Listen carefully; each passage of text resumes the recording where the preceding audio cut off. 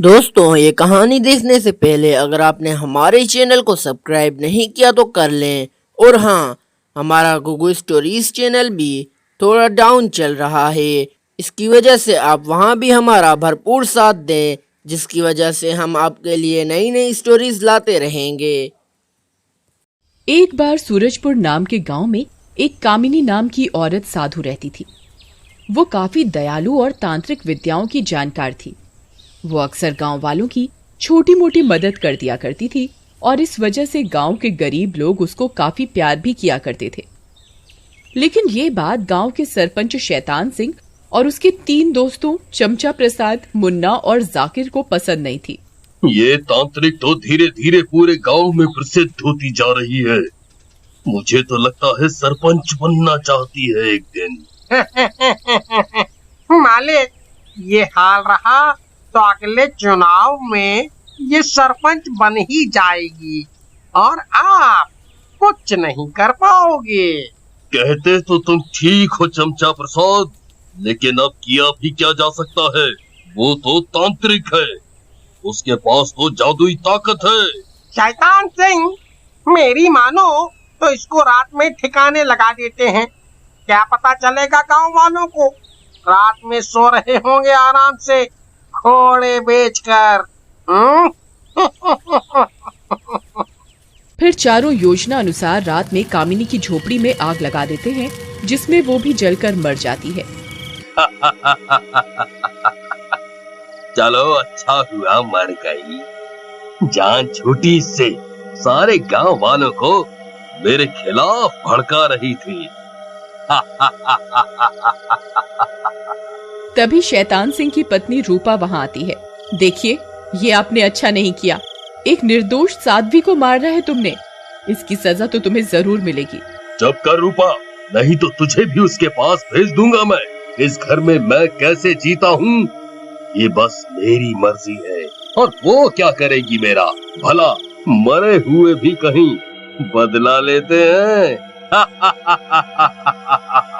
फिर एक दिन मुन्ना अपने घर पर लेटा होता है, तभी उसके दरवाजे पर दस्तक होती है। कौन है? इतनी रात को दरवाजा पीटे जा रहा है। रुको, आता हूँ। मुन्ना जैसे ही दरवाजा खोलता है, उसके सामने एक चुड़ैल खड़ी होती है, जिसके कपड़ों में चारों तरफ आग लगी होती है। कौन हो तुम? लगता है तुमने मुझे पहचाना नहीं मुन्ना। मैं वही हूँ जिसे तुम तीनों नीचों ने रात में सोते समय आग लगाकर मार दिया था।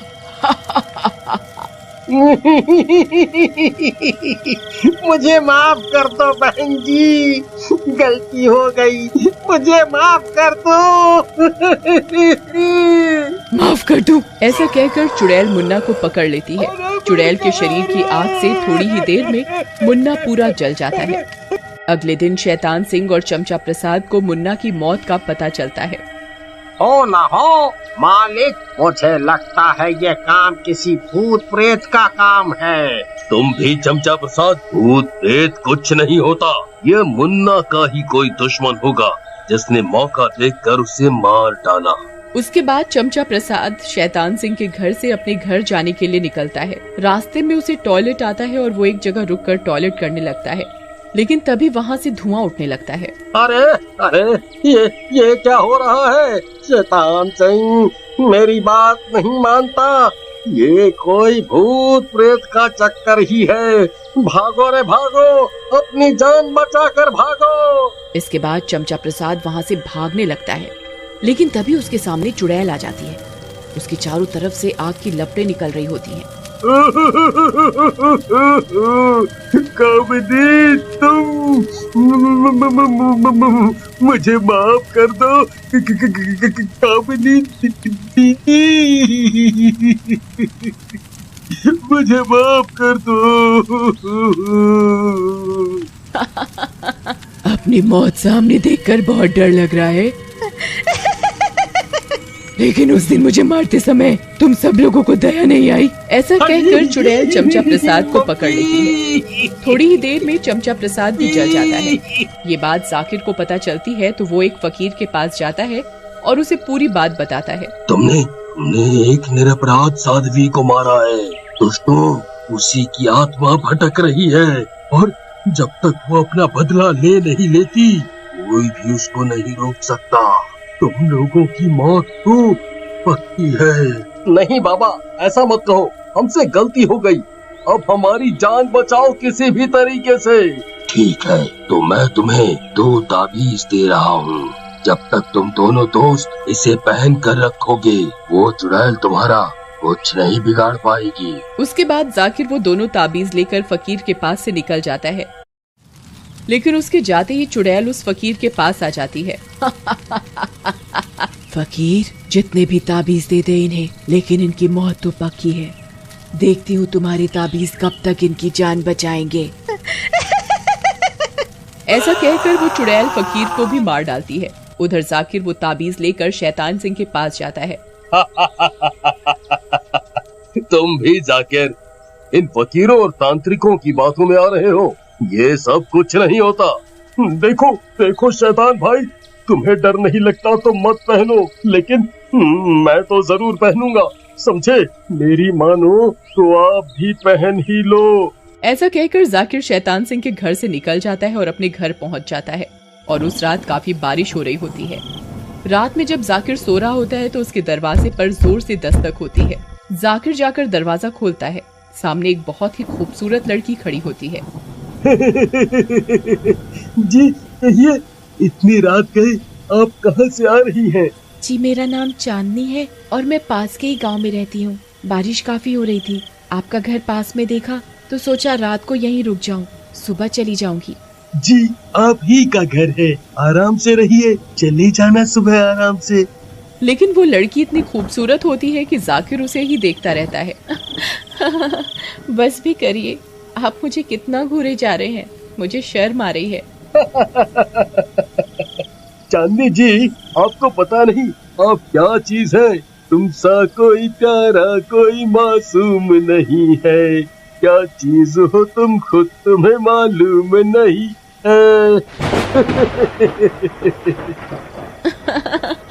आप भी बस करिए फालतू की बातें। मैं जानती हूँ तुम मर्दों को बस लड़की देखी और करने लगे चाशनी जैसी मीठी बातें। वैसे सुंदर तो आप भी कुछ कम नहीं है, लेकिन ये गंदा सा ताबीज क्यों पहना हुआ है आपने?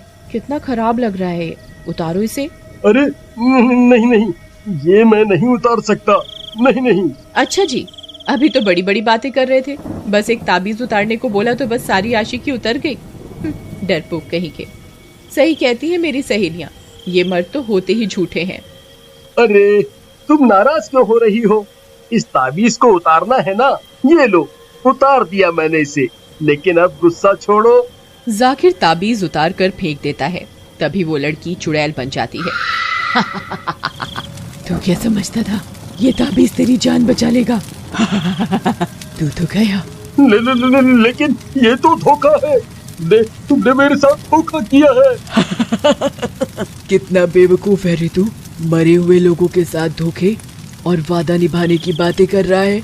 वैसे भी तुम लोगों ने जो मुझे मारा वो कौन सा सही काम था? ऐसा कहकर चुड़ैल जाकिर को भी मार डालती है। जाकिर की मौत की खबर सुनकर शैतान सिंह भी काफी डर जाता है और ताबीज पहन लेता है। उसी रात भूत शैतान सिंह के घर आता है। शैतान सिंह अपने कमरे में अपनी पत्नी के साथ सो रहा होता है। उठो शैतान सिंह, उठो, देखो तुम्हारी मौत तुम्हारा इंतजार कर रही है, उठो। आ गई तू। जब तक मेरे गले में ये ताबीज है तू मुझे मार तो क्या छू भी नहीं सकती। तुझे पहले भी हम तीनों ने आग लगा के मारा था। तभी वहाँ पुलिस आ जाती है। आपने बहुत हिम्मत दिखाई रूपा जी। अपने पति के गुनाह को सामने लाने के लिए बड़ी हिम्मत की जरूरत होती है। रूपा, ये सब तेरा किया धरा है।